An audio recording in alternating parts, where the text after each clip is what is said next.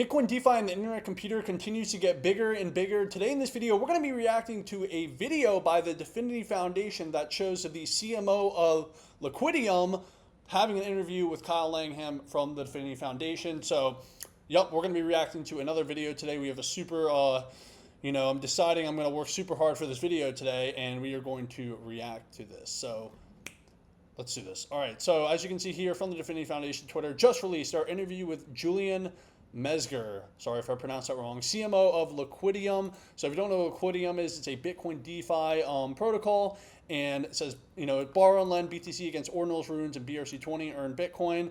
So that's the basic gist of it. And, Bitcoin's largest lending protocol with $380 million in loan volume, and they are utilizing the internet computer to make all the magic happens. And as it says here, discover how they're bringing Chain Fusion powered DeFi to Bitcoin through innovative solutions like their new instant loans feature. And yeah, we're going to listen to it.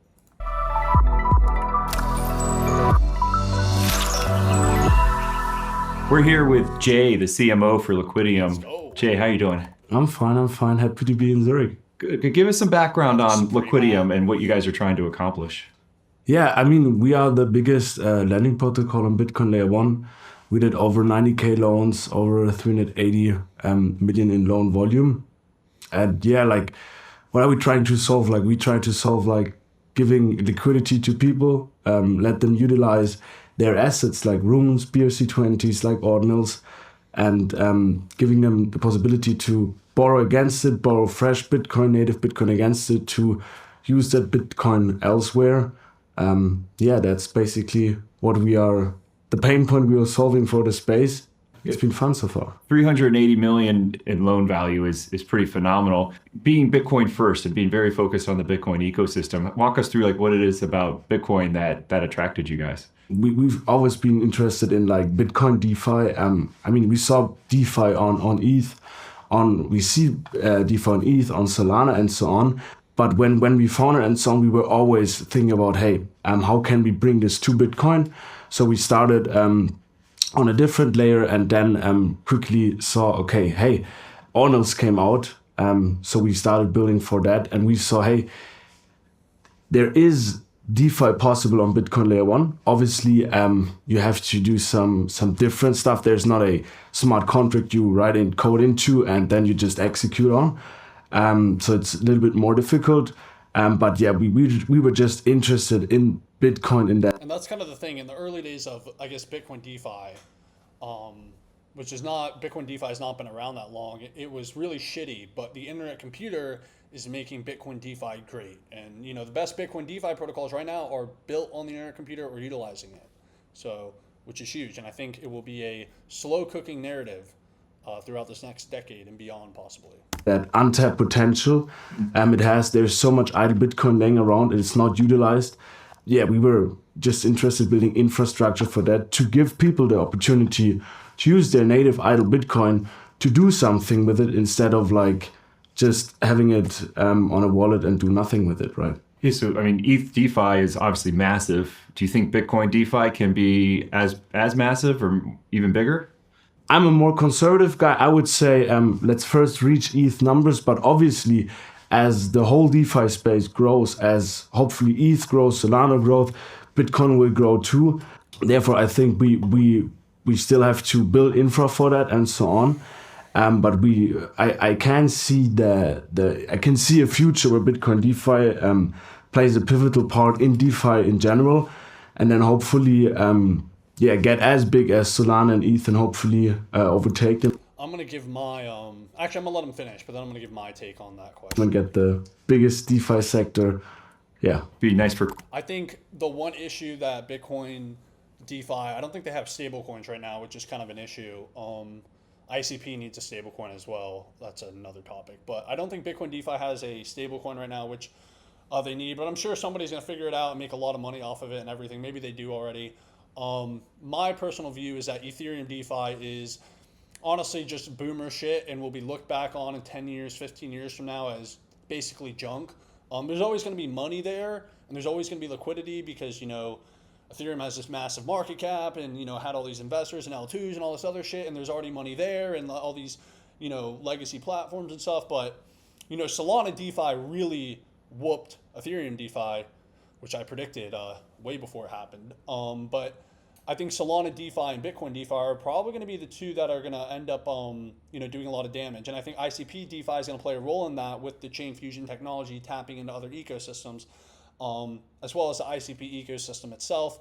But I'm not bullish on Ethereum DeFi at all. I don't see how it can compete with Solana DeFi in the next 10 years. I have no clue how. We're starting to see tons of stable coins minting on Solana DeFi, etc. And I think, hypothetically, I think Solana DeFi, Bitcoin DeFi, and Ethereum DeFi, and all the DeFi ecosystems can actually coexist at once. Of course, over time, I think, some ecosystems are going to bleed to others. I think the Ethereum DeFi ecosystem is going to continue to bleed to Solana and Bitcoin, etc. And I'm bullish on Bitcoin DeFi and Solana DeFi and, ICP DeFi long term. I think they all have massive potential. But I think Ethereum DeFi is not even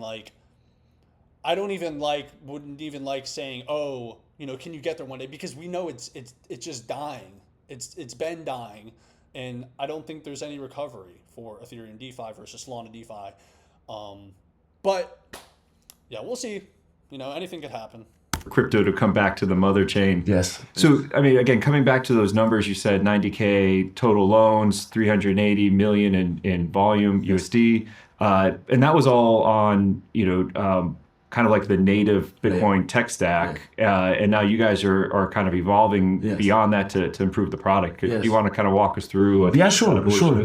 Still, as of right now, we're using pure Bitcoin tech. We're using DLCs, discrete log contracts, to do stuff. And right now, the whole flow has still a lot of friction, right? With the current product, there is more friction involved, more steps involved for people to provide liquidity and for people to get liquidity. But it's still, everything is on layer one, which is like not our ethos, but it's like a motivation for us to really try everything what's possible on Bitcoin layer one.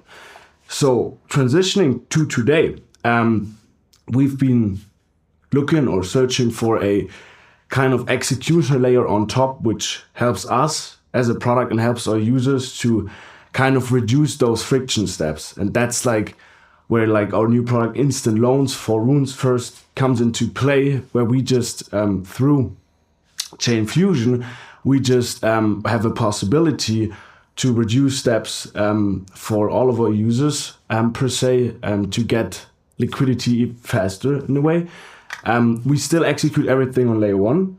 We use Chain Fusion, as I said, as an execution layer to basically reduce the friction, make the experience even better for the users. So from like a user standpoint who's used to the native Bitcoin product that you guys currently have, like what are the specific features that they're going to find? And the truth is that the user never gives a shit what layer it's on. They don't actually give a fuck. Nobody really gives a fuck. It's always about where the fuck, how good, not where the fuck, how good is the product? Just how good is the product? How easy is it to use? Is the user experience easy? Like, is he saying he's talking about less steps? That actually matters. When you're onboarding some, if you want to talk about mass adoption, getting this and that, and even really rich people live in New York City who don't really understand crypto but have a lot of money and could put it into this protocol, they're not going to give a shit really what layer it's on. I really don't think they will. I think they're always going to care about user experience. And, the fact that the internet computer is able to make the product more usable is very bullish. And that's why the, Bitcoin DeFi platforms that are using ICP are going to end up winning ultimately, is because these platforms will have the best user experience. Odin.fun proved this. Odin.fun is the, hottest Bitcoin DeFi platform right now. And, it's built on the internet computer. So in my opinion, I don't think the user will ever, I think the user will always want a good user experience and less steps and easier to use and faster over, well, we did it on whatever chain and we're doing it, that to me is, and I'm not saying it's a bad thing at the end of the day, but that to me is like kind of just only appealing to a small minority cult of people. But that's just my opinion. Have changed with instant loans? I mean, from a feature perspective, it's still not the same, but it's still comparable, right? Also important for us because we don't want to change a whole product and make the flow completely different. And you have to onboard again, explain again, and so on. But with the new instant loan product, it will be easier for people to, first of all, borrow against runes. As of right now, runes UTXO based.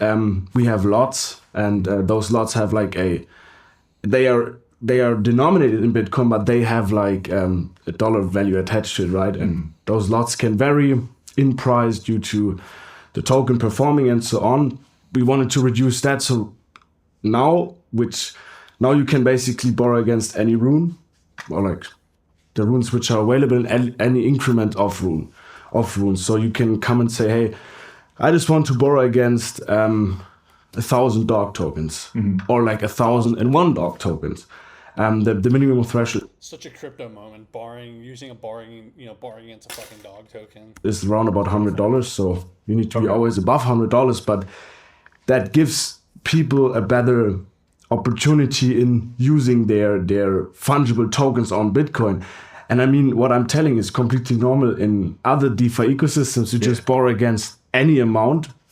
Yeah, but we bring this to Bitcoin through Chain Fusion, right? And I think this is also really interesting because it's somehow a pool, even though it's still P2P.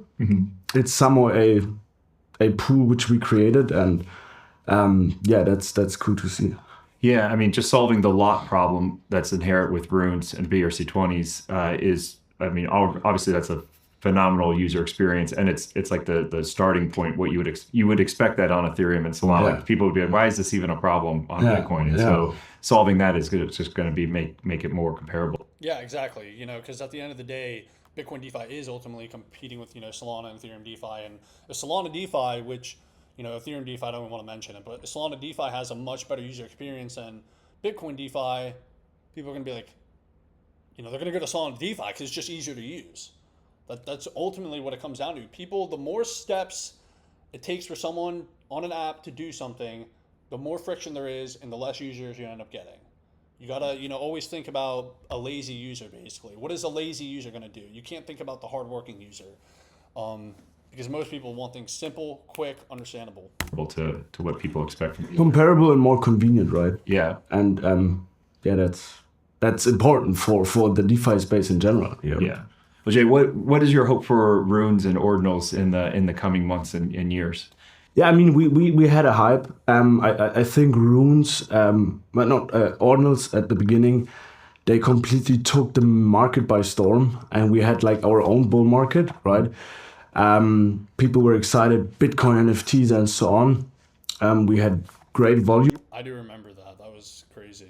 As of right now, volume died down. Of course, we can look on chain and see that. I'm still not worried because all of the builders here with us in the room, and we met at ICP Lab and so on. They're all thinking of ways on how to bring this Bitcoin DeFi space forward. Regarding runes, we have to see, but also there, a lot of new solutions are going to be built or are being built right now, including us. So I'm curious to see how this plays out. Of course, we have the Taproot Wizard Mint. We had the Taproot Wizard Mint. This will hopefully bring liquidity back into the ecosystem, and then you always have like new liquidity hopefully new liquidity in the ecosystem. Then liquidity will be used elsewhere. But yeah, Are people still building NFTs? I know that it's like a big deal, but I haven't looked at the stats, but I'm wondering if these how much. I know the guys are all really popular and they're all crypto OG guys, but I'm just curious on how the mint actually did. There always needs to be a catalyst to kind of fuel a new liquidity wave. I mean, we had that in January last year. Some airdrop happened. I won't go into detail there, but after that airdrop, the whole ecosystem went crazy. New liquidity flew into that ecosystem because that airdrop made waves, right? Yep. So that's how I see it right now. And yeah, obviously we can't predict the future, but we all build for a Bitcoin native future. Where do people find Liquidium?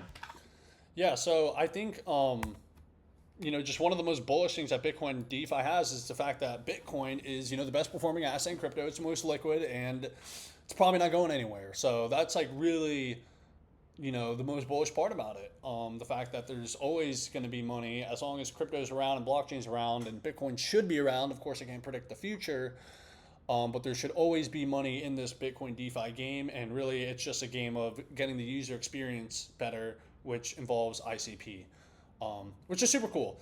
But yeah, guys, that's all I got for today's video. If you enjoyed today's video, make sure to subscribe to the channel. Go give me a follow on X at AaronBremser_. Go follow KongSwap on X at KongSwapX. And yeah, thank you for watching.